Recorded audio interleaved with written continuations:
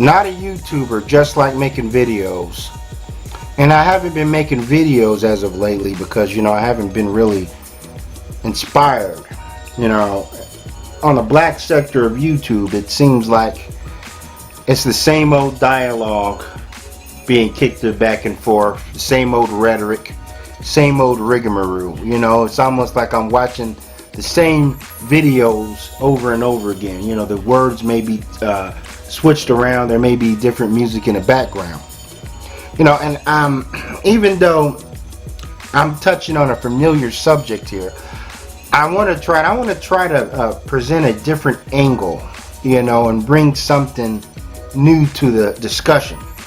Now, in this video here, I am going to put forth irrefutable information on how the black woman did not destroy the black community. Not only that, but it would have been impossible for the black woman to have destroyed the black community in such a short period of time.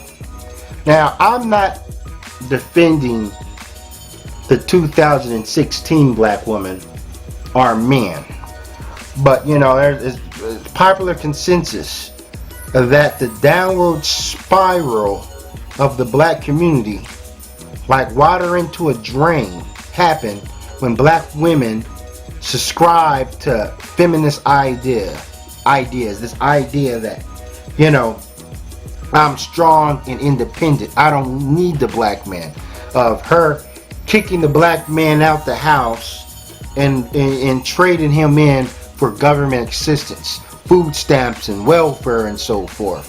Kids growing up without a father, and then they become dysfunctional, very hostile and very violent, and tore up their community because there's no male leadership there. My thing is, and just looking at the time, the time stamps from when they said that black women started this, let's say the late 70s, and the black community was already out of hand by the mid 80s. So mathematically, that just does not add up. How would the black woman be able to pull this off in such a short period of time? So we're talking math, people, because see, I'm a 70s baby. I was born in 1976. Do the math on that to see how old I am. And let's say the generation, my mother's generation of black women started that, which they didn't. But let's say they say, hey, we're gonna push the black men out. We're gonna have a bunch of babies out of wedlock so we can get that government cheese there. If they started this in 76, 75, the mid to the late 70s, we would be just seeing the results of this in at least 2000 and 2005, but not in 1985. For their theory to work, that black women did, kicked it off, ignite the fire that incinerated the black community. That means in the mid 1980s, you would have had a bunch of 10-year-old kids selling drugs and gang banging. 10-year-old kids. Yeah, it doesn't make sense. See, that's the thing. See, black people are looked at as somewhat as simplistic thinkers. We want simple answers, for very complex problems. It's kind of like there's an African leader that said that you can have sex with somebody with AIDS and you won't catch it if you take a shower after, after sexual intercourse. That's crazy, but that's the kind of simple-minded rhetoric that black people are known for, of just taking something and just running with it and not putting much critical thought in it. If black women started this in the late 1970s, things wouldn't have gotten so bad in such a short period of time. That means that means black kids would have had to come out the womb with dual wielding pistols. A kid has to have time to grow up. He's a baby, he's a toddler and so forth. He has to grow up then he has to be influenced by the world around him. He has to look and see other drug dealers and other pimps and so forth, and then he mimics that. You know, so even if I was liberal, let's say I go back to 1965, so black women started this in 1965 and so forth, then this generation of bastard kids that come up have to be influenced by other generation that's already fucking up. And where did that other generation come from? That's the thing, because they say in the 1960s the black family was together. By the mid 1980s, things were bad. I would even say in the 1980s, things were worse than they are now. And there's all types of graphs and charts to prove this. You know, even though gangster rap, didn't fully spread its wings by then, it was just getting its feet wet. You had songs like Self-Destruction. Positive rap songs that recognize the problem. The song we're all in the same game. You know, these are songs that say, hey man, something's going on here or whatever.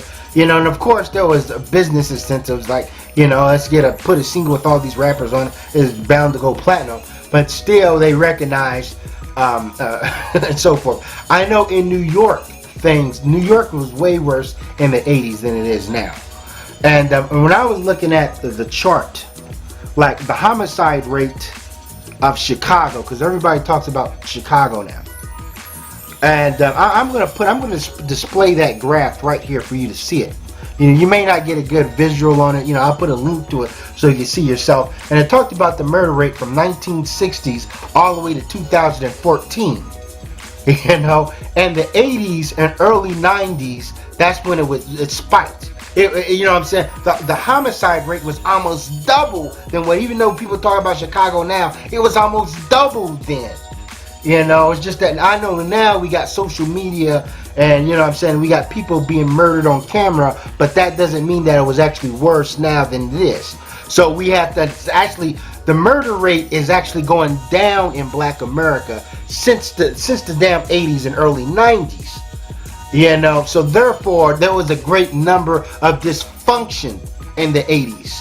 You know, and if black women subscribe to these feminist ideas, you know, or this whole, you know what I'm saying, I'm going to do it by myself in the 70s, then it wouldn't have happened. The black community wouldn't, wouldn't have such rapid destabilization.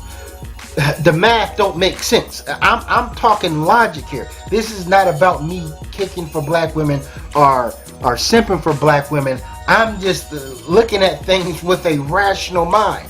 Because people aren't really thinking about it. They're saying the black women destroyed the black community, and they're running off with it. There's certain idiots that's all they talk about, and they got like thousands and thousands of subscribers, and I'm gonna do a video like this that probably won't get 200 views, but yeah, and still there's absolutely no way that you can dispute this. There's no way you can debate this. The numbers don't lie. Things don't add up. You know, unless you can say these bastard kids was running around at 7 years old shooting the place up, impregnating women, and there was an older generation of black people to keep them in check. You know? But I'm going to tell you exactly what happened. So it wasn't a generation of bastard kids that made things worse. What it was the older generation. You know, and this goes back into my previous video.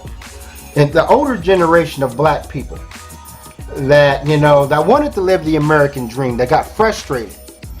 Coming back from the Vietnam War, getting a job at a plant, factory somewhere, and then them seeing their factory jobs go overseas. You know, they feel gypped, they feel ripped off. They say, hey man, I did everything. I served my country. I got this job. I want to support my family. And these fucking fat bastards moved my job overseas to employ those goddamn beaners. You know, they felt frustrated. It was like, man, it's pointless. You know what I'm saying? I'm out of work. Got to get unemployment.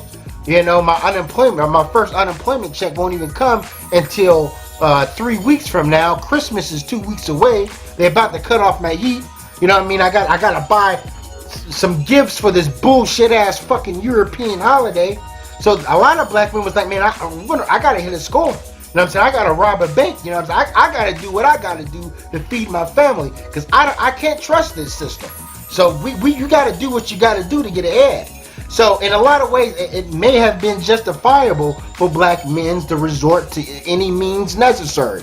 You know, and of course you still had racism, white supremacy, and you know, all this coded language, you know, the police and everything. You know, the black community went through and a social warfare, an economic warfare, a spiritual warfare, and it was just so much. So I think this older generation just cracked.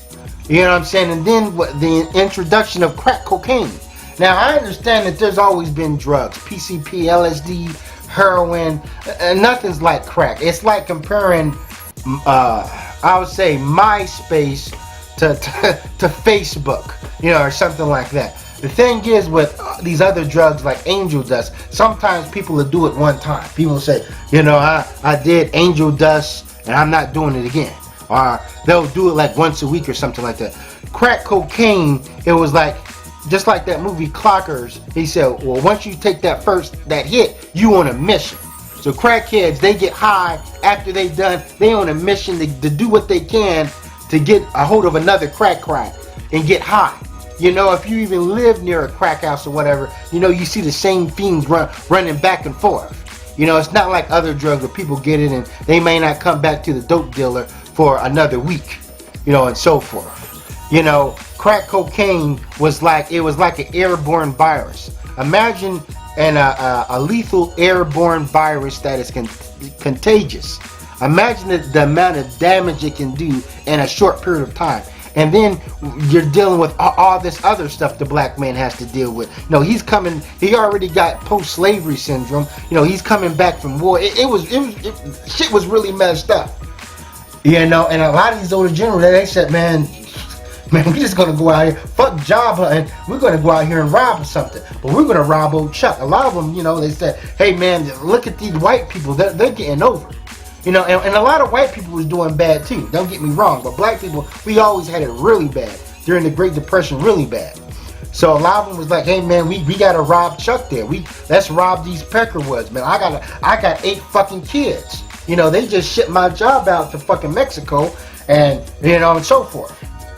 And that's what happens. That would logically explain the deterioration of the black community in such a short period of time. You know, and then the white man seeing this, and then you had the war against drugs, the war against black people. You had the cops or whatever just hitting people over the head and so forth. And because white people was sort of afraid of the Black Power movement that was still going on in the 70s. You know, they treated the Black Power movement or whatever just like they treat Black Lives Matter. You know, and I'm not comparing the two. I know the Black Power movement was much greater and so forth. But all that Black Fist and Hey Soul Brother, that scared white people in the 70s. That scared them to death. So you got to see what they was dealing with. You know, and then you have drugs, and that turned a lot of black women into cluckers, into prostitutes. And the bad elements of the black community, you know, you always had gangs and drug dealers and pimps and pushers. Back in the 1950s, they were somewhat empowered. They grew. It's like the negative overshadowed the positive. You know, because now the pimp had more prostitutes now because there was more black women on drugs. And these black women were mothers or whatever, and their kids depended on them. Sometimes the mother and the father would be both addicted to crack, or the father's in jail because he was trying to knock something off just to get money to buy his kids Christmas gifts. And it was really the dark ages. And from out of that chaos, you know, that's why, you know what I'm saying, in the 80s, you know, these young kids, their parents were dysfunctional. In the 80s, things have gotten bad, and they're just, you know, steadily, you know what I'm saying, for better or for worse, just, you know, staying the same and so forth. Some years the homicide rate is up, some years it's down.